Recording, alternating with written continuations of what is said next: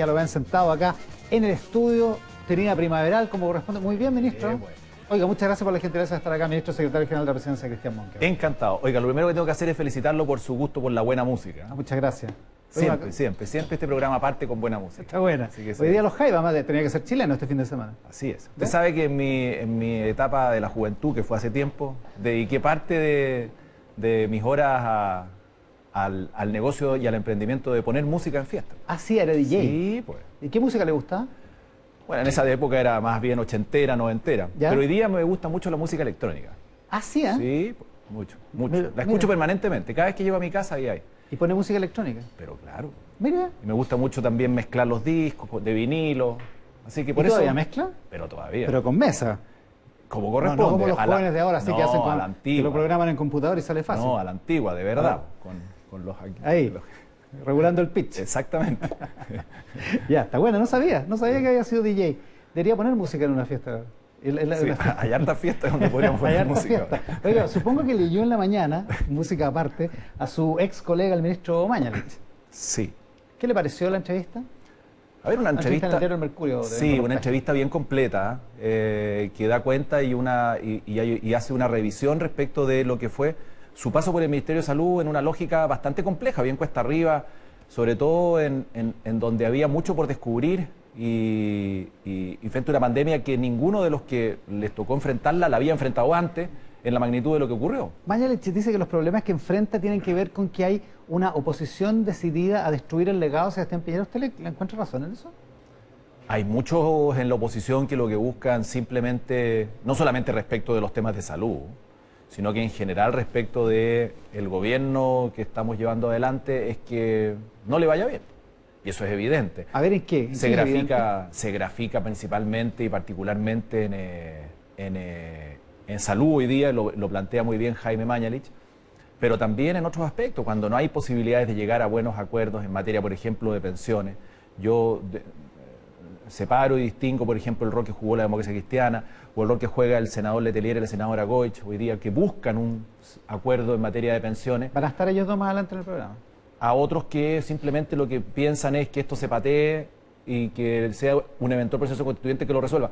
Hay temas urgentes que hay que resolverlos hoy día y hay temas que efectivamente se pueden discutir después. Pensiones es un tema urgente. Pero en el tema de Jaime Mañalich, ¿no hay una duda razonable respecto de cómo se manejó la pandemia, de cómo se manejaron las cifras, de si hubo cifras correctas o no, de si el ministro tomó decisiones correctas o no, que merezcan un reproche? Ah, no, pero bueno, ahí vamos al tema de fondo, en el caso de lo que ocurrió en salud. En el mismo diario El Mercurio, como usted lo señalaba, y lo recomiendo, páginas internacionales, viene un recuento de lo que ocurrió en varios países del mundo respecto de este mismo tema, de la investigación de lo que se viene realizando. Uno de esos países fue España, que simplemente la Fiscalía le señaló al Tribunal Supremo de España no seguir adelante con las investigaciones mientras no se tenga cabalidad o una mirada general de lo que pasó, antes de sacar conclusiones. Y eso forma parte de una de las tantas conclusiones. ¿Ese podría y hay ser otros un países criterio donde para el hay ministerio? ministros querellados, etcétera. ¿Podría Pero ser un criterio para el Ministerio Público de acá?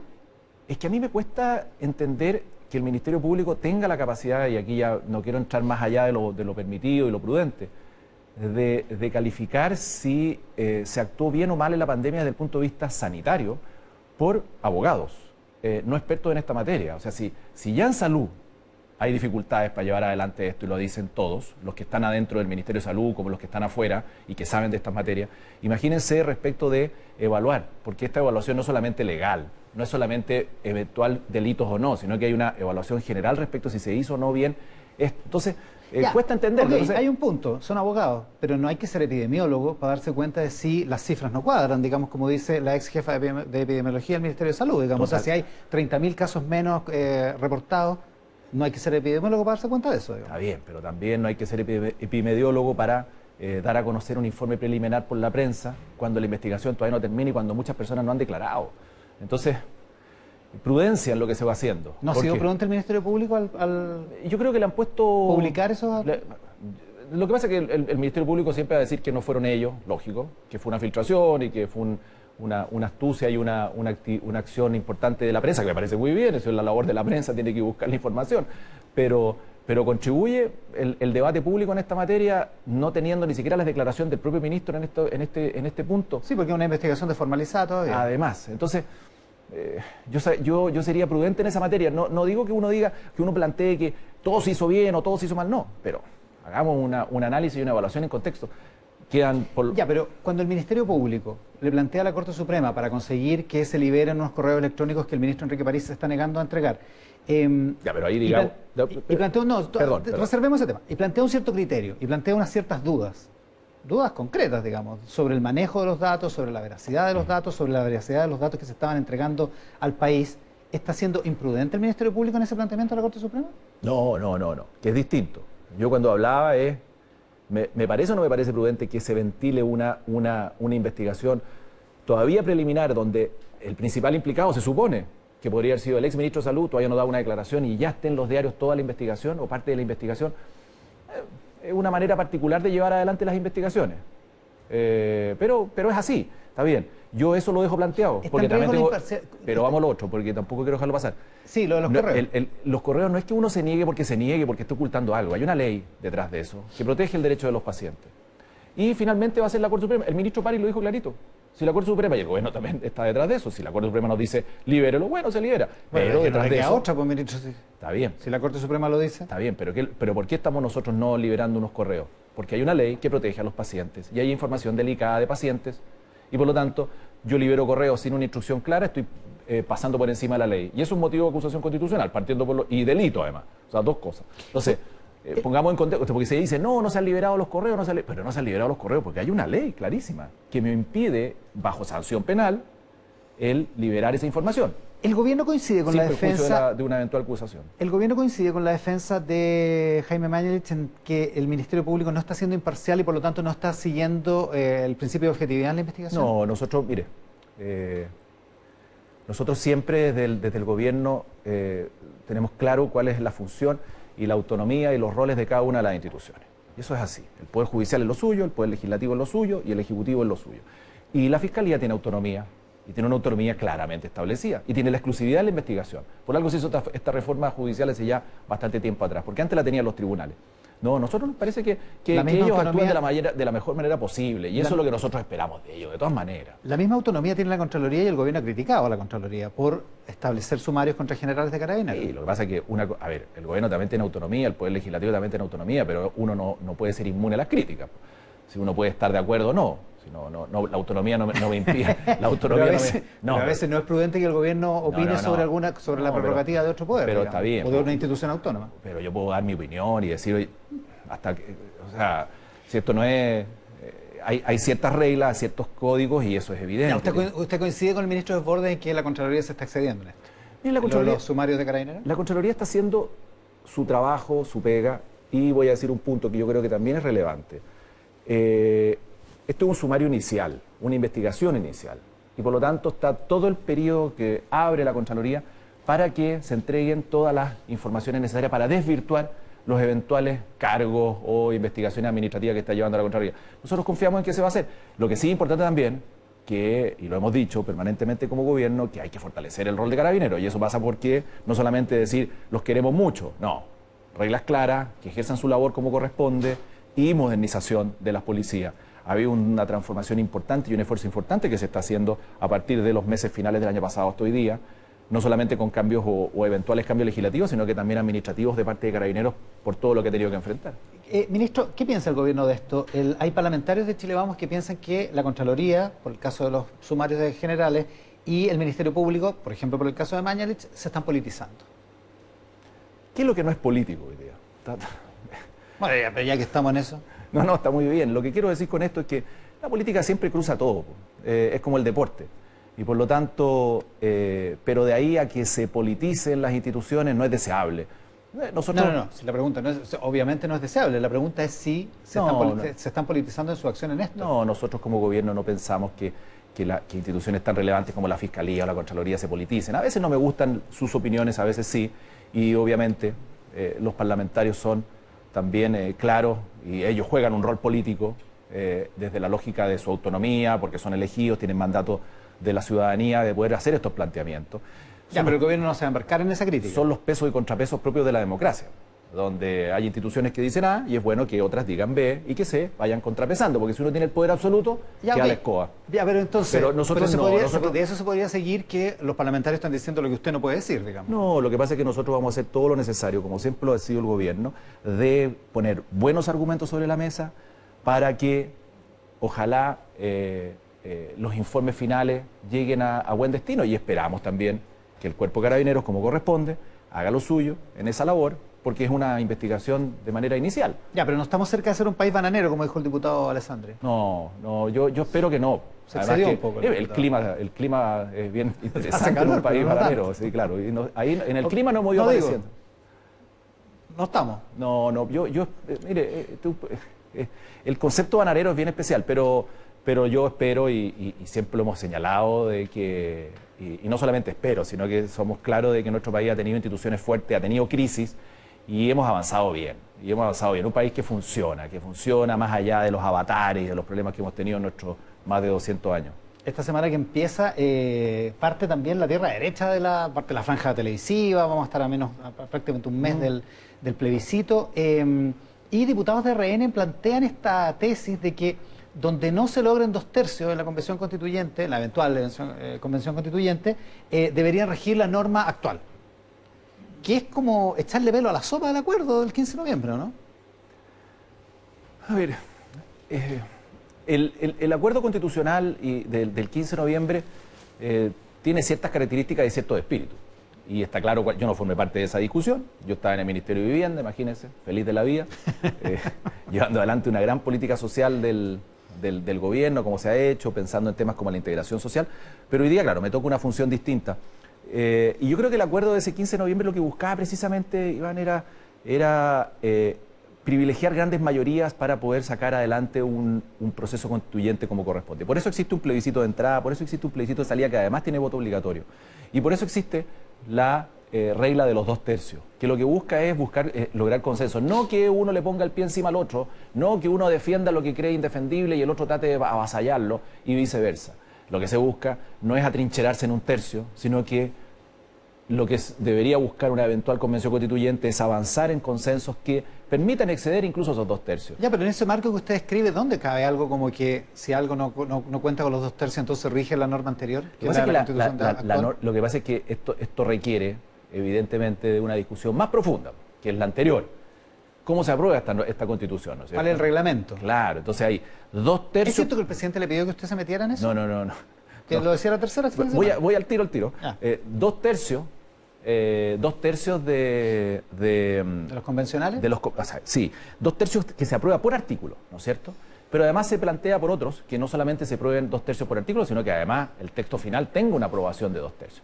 Lo lógico es que tenga un cierto grado de uniformidad. Es raro, me parece raro, cambiar una constitución completa y que mantenga cosas de la constitución anterior en su redacción y en su manera y en su estilo versus la nueva. Sería complejo. Entonces, lo que hay que tratar es buscar, y ojalá con mucha voluntad, que así como se aprueban los 2/3 por artículo, también se apruebe el texto final por 2/3, que permita cierto grado de unidad que se le va a presentar a la ciudadanía. ¿Eso le gustaría a usted como...? Esto le gustaría a mí, no con esto estoy diciendo que le gustaría al gobierno. Ustedes saben que en materia constitucional nosotros vamos a poner los contenidos sobre la mesa, y lo hemos dicho. Bueno, el propio presidente ya lo planteó, y vamos a insistirlo con mucha fuerza, porque creemos que es importante señalarlo. Pero también, si el apruebo triunfa y hay una convención, cualquiera sea de las dos, esta tiene autonomía, evidentemente. Todos vamos a jugar ciertos roles ahí, vamos a poner temas sobre la mesa, vamos a debatir, etcétera, pero ellos tienen autonomía y por lo tanto en esa materia eso no significa que uno se quede callado, va a hablar y ellos irán decidiendo. Ya, pero una cosa son los temas y otra cosa es cómo va a funcionar la convención. Sí. Y en eso está el reglamento, que va a tomar toda la primera parte de la convención, en ponerse de acuerdo precisamente en esas reglas, en cómo se van a administrar. Primero, ¿es cierto que el presidente le pidió que se metiera en ese tema? Y segundo, ¿cómo le interesa al gobierno que funcione la convención? No, a ver, al gobierno y al presidente y a todos, bueno, no estoy diciendo nada nuevo, nos interesa que el proceso constituyente llegue adelante de buena manera, ¿no es cierto? Si gana la apruebo, y eso soy claro, nosotros vamos a tener una activa participación, y que ya partió, ya se inició, con exponer contenido sobre la mesa y generar un buen debate en esa materia. Si gana el rechazo, hemos sido claros también, vamos a avanzar porque es un proceso constituyente que se inició y una discusión que se tiene que zanjar. Vamos a presentar una reforma constitucional completa al Congreso para que se discuta como corresponde. Eso quiere decir que el gobierno institucionalmente asume el desafío de empujar este carro. va a formar parte también del legado del presidente Piñera, del gobierno, todo este proceso constituyente. No querido al principio, pero las condiciones cambiaron y por lo tanto, ¿qué hacemos? ¿Quedarnos cruzados de brazos o hacerlo bien? Hay que hacerlo bien. Ya. Y en eso estamos. Ahora, ese es el marco general. Está bien. ¿Cuánto al reglamento? No, mire, lo que pasa es que en el reglamento forma parte de la discusión de los convencionales.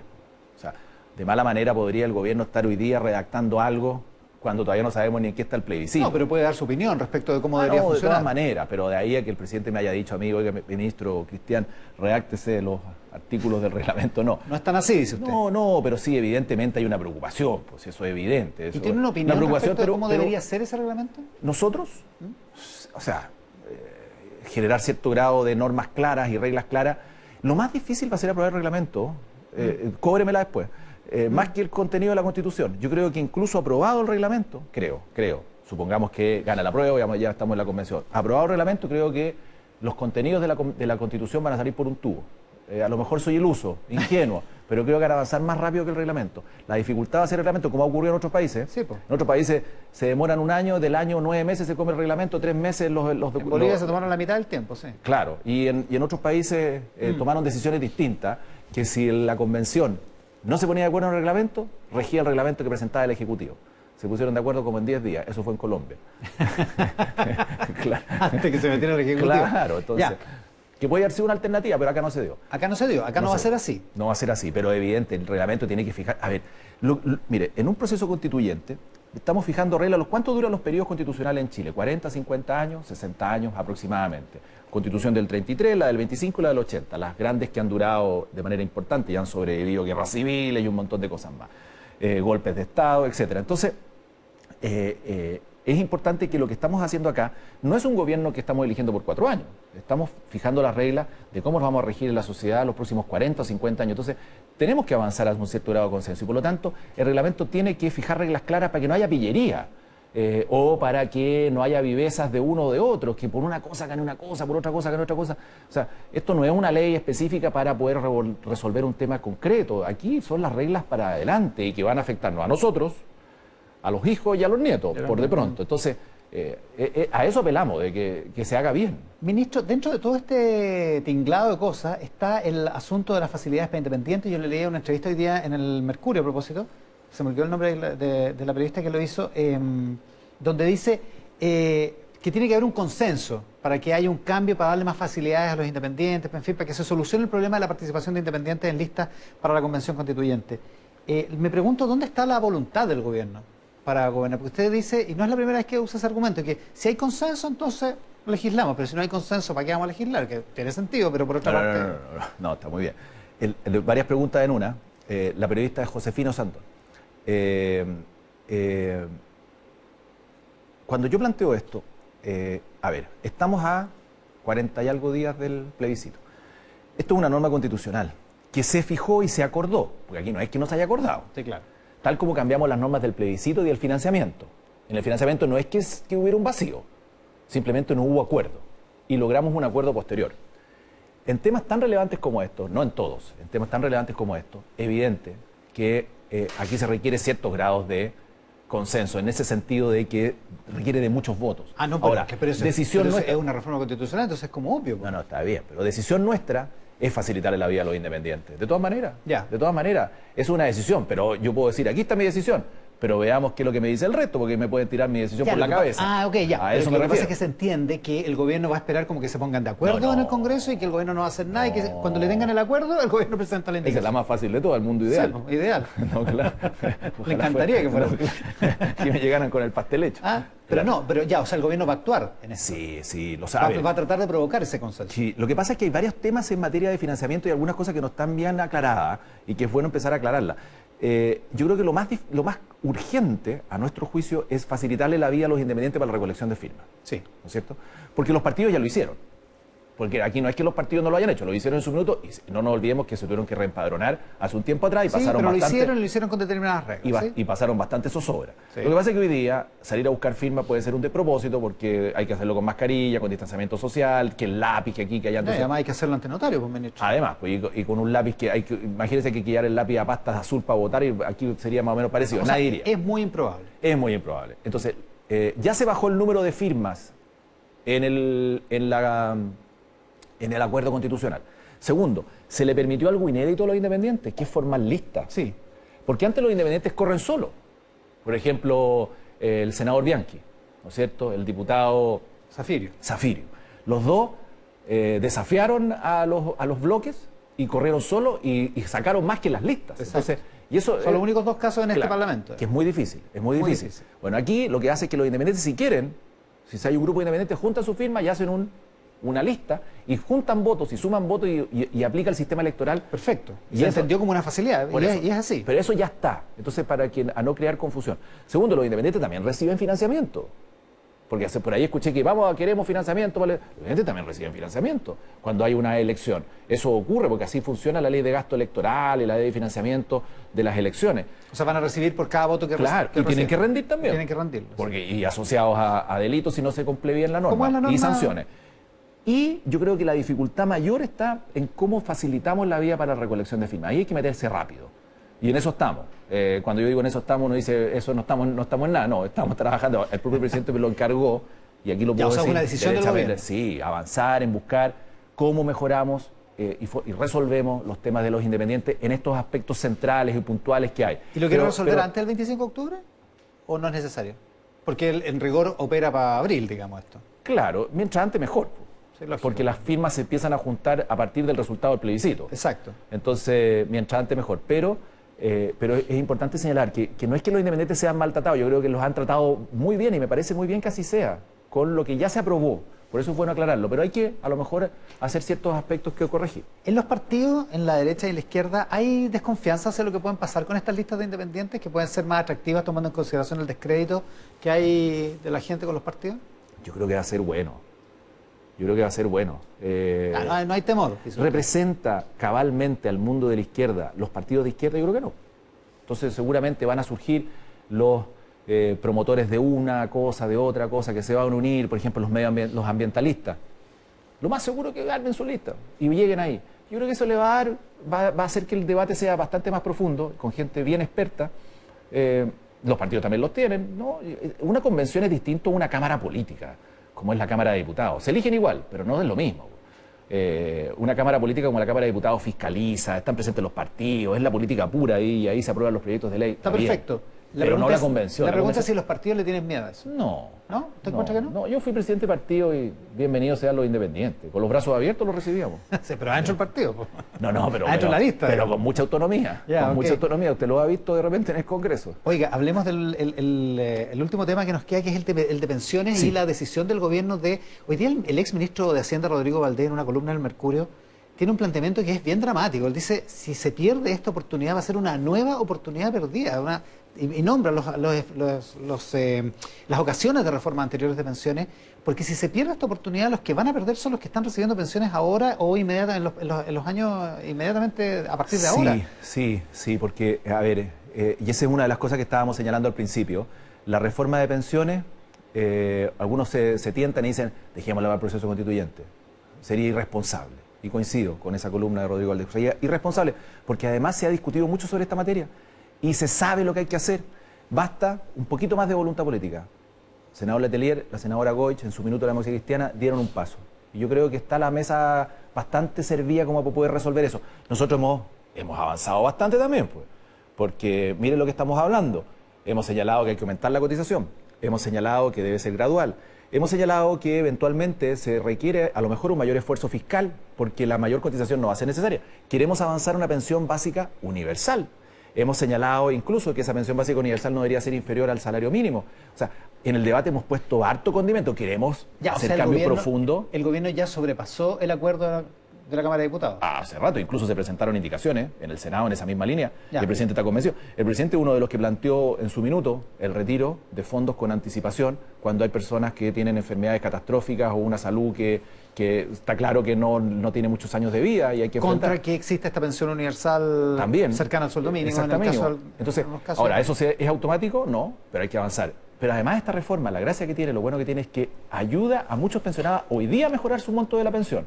A los pensionados que tienen la pensión más baja, del pilar solidario, de la pensión básica solidaria. Ya, eso hay que hacerlo con la mitad de la cotización extra. Tal cual. Entonces estamos disponibles. Entonces también yo creo que hay que romper esta mica que tenemos aquí y juntarnos. Pues, Techo de cristal.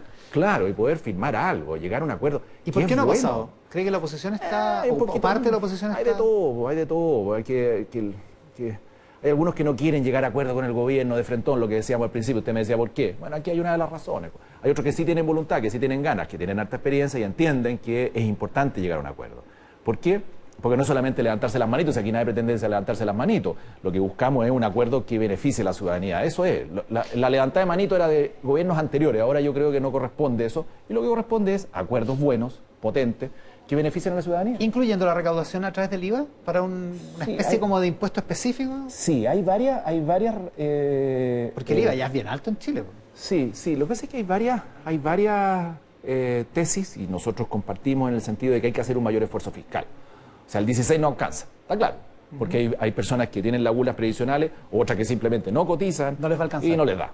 No da. Y si queremos llevar a una pensión básica universal o avanzar a ello en torno al salario mínimo, significa un esfuerzo fiscal importante. Entonces, ¿hay esfuerzo de los trabajadores, de los empleadores? Sí, con una mayor cotización.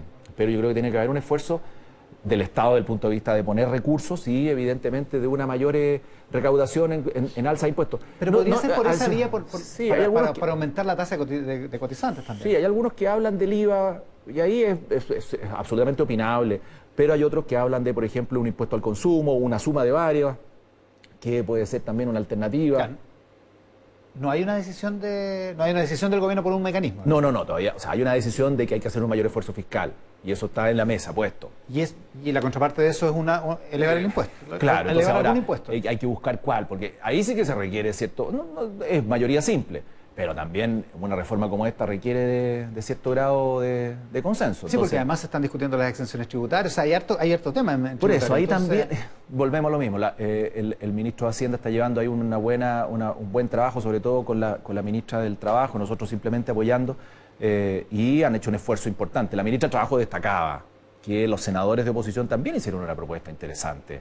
A lo mejor no compartida por todos nosotros, pero también interesante, y han hecho un esfuerzo serio de ponerlo sobre la mesa. O sea, aquí no hay parlanchines. Lo que buscamos es esfuerzos serios de parte del gobierno y de parte de la oposición y buscar ese consenso. Y eso hay que empujarlo, porque si uno dice, no, si hay que llegar a acuerdo, y se la llevan puros titulares, no avanza nunca. Hay que empujarlo. Entonces hay que ponerle urgencia, para eso sirve esta conversación, para eso sirve la arremetida en los medios. La misma coalición nuestra nos vino a ver y trajo una propuesta consensuada, todos juntos, y la pusieron sobre la mesa, apareció en la semana. Ellos plantean que el 6% completamente las cuentas individuales. Acuérdense que lo que está aprobado hoy día es 3 y 3.